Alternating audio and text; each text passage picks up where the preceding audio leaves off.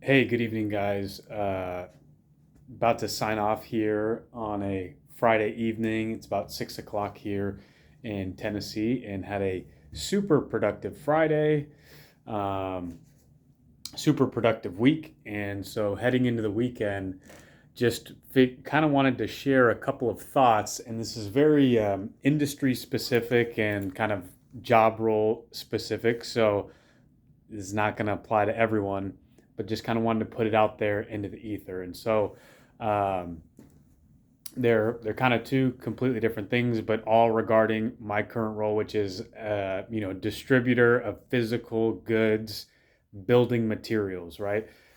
So as a dealer of building materials, we interface with contractors, builders, and homeowners, kind of anyone and designers and architects. So anyone involved in the building process of a single family home is kind of who our clientele is. So that being said, I've just had two thoughts on kind of like words of, I guess, advice or things to consider. And one is for my contractor partners and my builders, which is to document any damaged goods prior to installation. And so I just can't stress enough how much it will benefit you and make the process much easier to, if you're ordering, and again, I'm specific to windows and doors. If you order a window package or doors or a front door or patio doors, for example, if you get a front door and it shows up damaged, it is advisable to document that damage prior to installing it into the opening. So I know it takes a little bit extra precaution, it takes an extra step and slows down the installation process. Because at a certain point in the day, whenever this is happening, maybe you're just unwrapping the door and just slapping it in. And so I just what can happen in that case is you have a manufacturer and a shipping service and an installer all pointing fingers at each other saying, hey, you damaged this good, you damaged this product.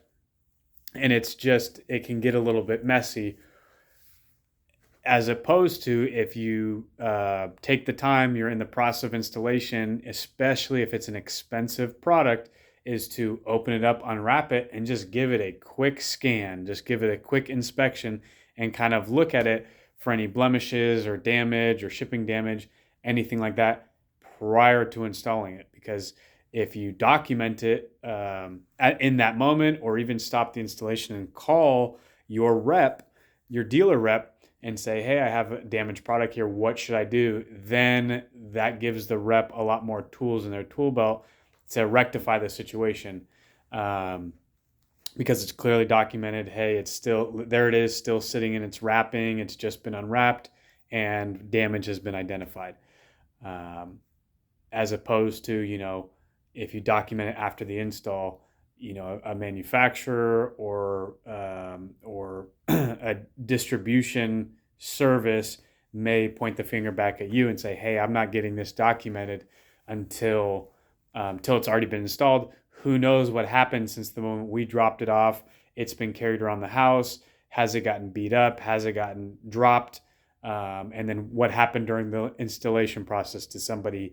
Is that dent is that shipping damage, or did somebody bump into it, kick it, smack it with a hammer? Who knows? So just again, a word of caution: help me help you help yourself. And when you come across damaged goods, just stop, document it, contact your dealer rep, and kind of see what the best way to handle it is. That being so, that was one thing that's been on my mind that I thought, hey, if I share this with other people, this could be useful to them. And the second one is in regards to the nature of supply chain right now. So, as many people are aware, if you have anything to do with like the, um, you know, if you're trying to purchase a physical good, or if you're in the dealing of physical goods, supply chain, is still very volatile. And overall, things are taking a long time to get to the consumer as compared to maybe 4 or 5 years ago, something like that. There was more things sitting on the shelves, whereas in today's environment, there's nothing sitting on the shelf. You have to order it, and it's on back order for many months. And so, just the one thought that I had recently, because we get asked as or I definitely get asked as a product rep, hey, what's your lead time? What's your lead time? And that becomes kind of a very competitive aspect of the conversation. I'm looking for the best lead time. I'm looking for the best lead time. And so just the thought that I've had on this, because I now have a tangible example, is your best the best way to increase your lead time is to make expedient decisions. And I guess I'm maybe getting a little bit wordy there, because I don't want to say like quick or fast decisions, but no, I mean, maybe being able to make quick decisions um, will be your best ticket to a quick lead time. And the reason I say that is, I'm thinking of one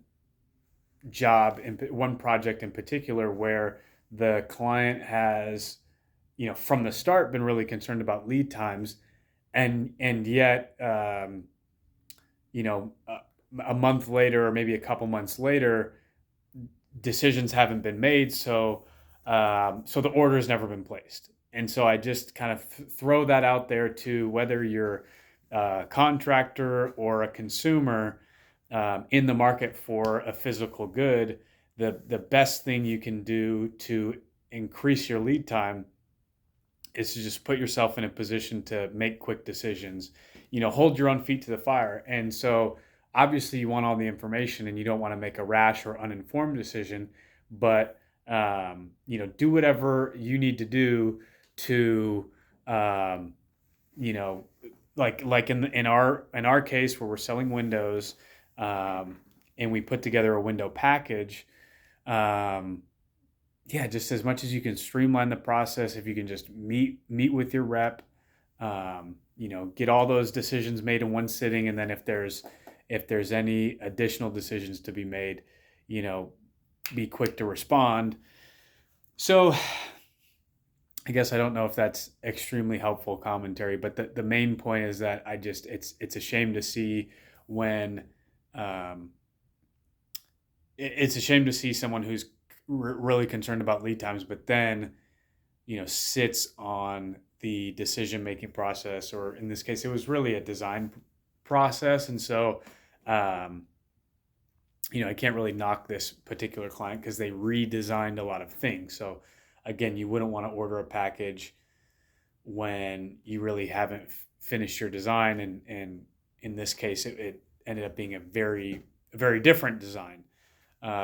So you don't want to order it before you have those decisions made. But I'd say maybe even in that case, then the advice there would be to, before getting ahead of yourself and going to like look at windows and start looking at windows, like really like meet with your designer and get a rock solid design first, so that when it comes time to go shop for some of these things, you can make a really quick decision, because you're just making some final selections, as opposed to designing your house around the window package. So anyways, I hope that was helpful in some way, because again, the main point there is, as a builder, um, if you get damaged goods, document it prior to install.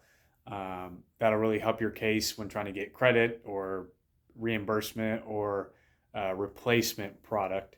And then